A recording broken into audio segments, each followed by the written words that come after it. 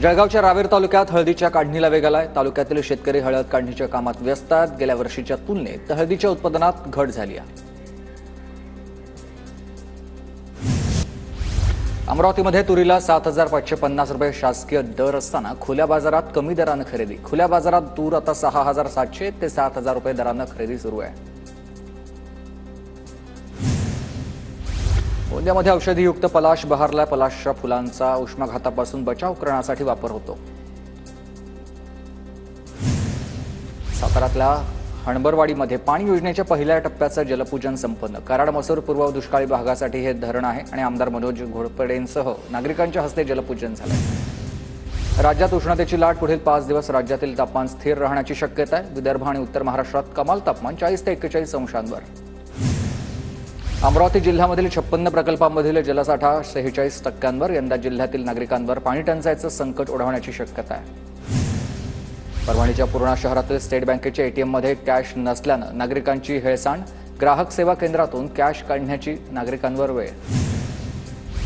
परभणीच्या पूर्णामधील कोल्हापुरी बंधाऱ्यामधून लाखो लिटर पाणी वाया गेलंय आणि नगरपालिकेनं लिकेज दुरुस्ती करून आता पाण्याची नासाडी थांबवावी, नागरिकांची ही मागणी आहे।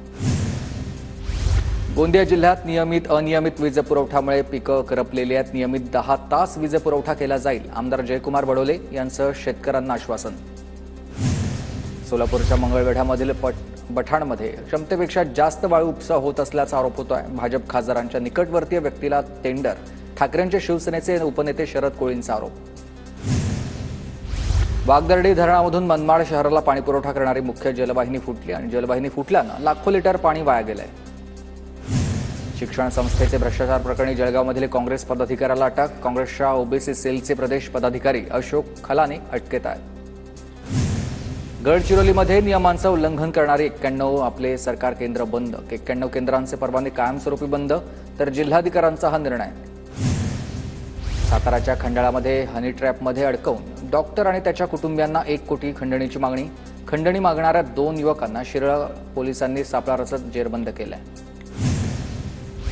भंडाराच्या मोहाडीमधील साकारला येथे अंगण खेळणाऱ्या चिमुकल्याला कारची धडक बसली आणि कारच्या या धडकेत 1.5 वर्षीय चिमुकल्याचा मृत्यू झालाय।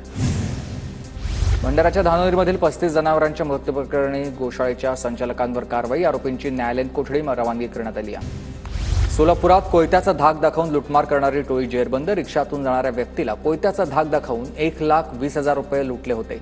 तक्रार आल्यानंतर 1 तासात पोलिसांनी आरोपीच्या मुसक्या आवळल्या। नाशिकच्या शालिमार चौकात गुंडगिरी करणाऱ्या रिक्षाचालकाला अटक। गाडीच्या कट लागल्याच्या कारणावरून रिक्षाचालकाने एकाला मारहाण केलेली होती। बदलापूरमध्ये उल्हास नदीत नाल्याचं पाणी मिसळत असल्याचा प्रकार समोर। परिसरामधील नागरिकांच्या आरोग्याला धोका। डोंबिवलीच्या घरडा सर्कल परिसरामध्ये वाहनांना प्रवेशबंदी असेल। आज रात्री 10 वाजल्यापासून तर उद्या सकाळी 11 वाजेपर्यंत वाहनांना प्रवेशबंदी। शिवाजी महाराजांच्या अश्वारूढ पुतळा शिल्प लोकार्पण सोहळ्यासाठी वाहतुकीत बदल। पुण्यातील भोर नगरपालिकेचा अर्थसंकल्प सादर झाला। नगरपालिका शाळेतील मुलींची उपस्थितीची अर्थसंकल्पामध्ये तरतूद करण्यात आलेली आहे। माजी आमदार दादाराव केशेंना विधान परिषदेची उमेदवारी जाहीर झाली। अर्वित कार्यकर्त्यांकडून फटाके फोडत जल्लोष साजरा। देहू नगरीत 376वा संत तुकाराम महाराज बीज सोहळ्यासाठी राज्यभरातून वारकरी देहूमध्ये दाखल। बारामतीच्या डोरलेवाडीत संत तुकाराम महाराजांच्या बीज उत्सवानिमित्त भाविकांची लगबग। भाविकांना उन्हाचा त्रास होऊ नये म्हणून मंदिर परिसरात 50,000 स्क्वेअर फुटाचा भव्य मंडप।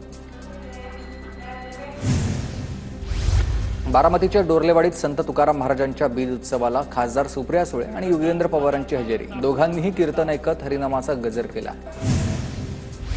उपमुख्यमंत्री एकनाथ शिंदेंना संत तुकाराम महाराज पुरस्कार प्रदान। तुकाराम बीज सोहळ्यादरम्यान शिंदेंना सन्मान, तर मला दिलेला पुरस्कार वारकरी शेतकरी आणि लाडक्या बहिणींचा। उपमुख्यमंत्री शिंदेंचं वक्तव्य। नाशिकच्या इगतपुरीमधील भजनी मठामध्ये तुकोबांच्या वैकुंठगमन अमृत महोत्सवी सोहळ्याच्या निमित्त शोभायात्रा। या शोभायात्रेत संत तुकारामच्या वेशभूषेमधील चिमुकल्यांनी सर्वांचं लक्ष वेधलंय। हिंगोलीच्या औंढा नागनाथ मंदिरात भाविकांची गर्दी। नागनाथ मंदिरामध्ये हर हर महादेवचा जयघोष। सलग सुट्ट्या आल्यानं भाविकांची संख्या वाढली आहे। अहिल्यानगरच्या शिर्डीत तापमानाचा पारा वाढल्यानं भाविक हैराण। भक्तांच्या सुविधेसाठी साही संस्थांकडून आता ठिकठिकाणी मंडपाची उभारणी। जळगावच्या भुसावळ शहरात तिथीनुसार शिवजयंतीसाठी जय्यत तयारी, शिवरायांच्या स्मारकावर किल्ल्याची प्रतिकृती. रायगडच्या पेडमध्ये सरदार वाघोजी तुपे यांच्या समाधीवर हिरवी चादर चढवून दर्गा असल्याचा बनाव. या प्रकरणी अखिल पठाण, दानिश पठाण, रफिक तडवीसह अन्य 4 जणांविरोधात गुन्हा दाखल. पुण्याच्या जुन्नरमधील विघ्नहर साखर कारखान्याच्या संचालक मंडळात सत्यशील शेरकर यांच्या शिवनेर पॅनलची एकहाती सत्ता. आता संचालक मंडळाच्या 21 जागांपैकी 17 जागा बिनविरोध निवडून आल्या. चंद्रपूरच्या हिंगणामध्ये आता भव्य शंकरपट स्पर्धेचं आयोजन. भाजप नेते सुधीर मुनगंटीवार यांच्याकडून बैलजोडी हाकत स्पर्धेचं उद्घाटन.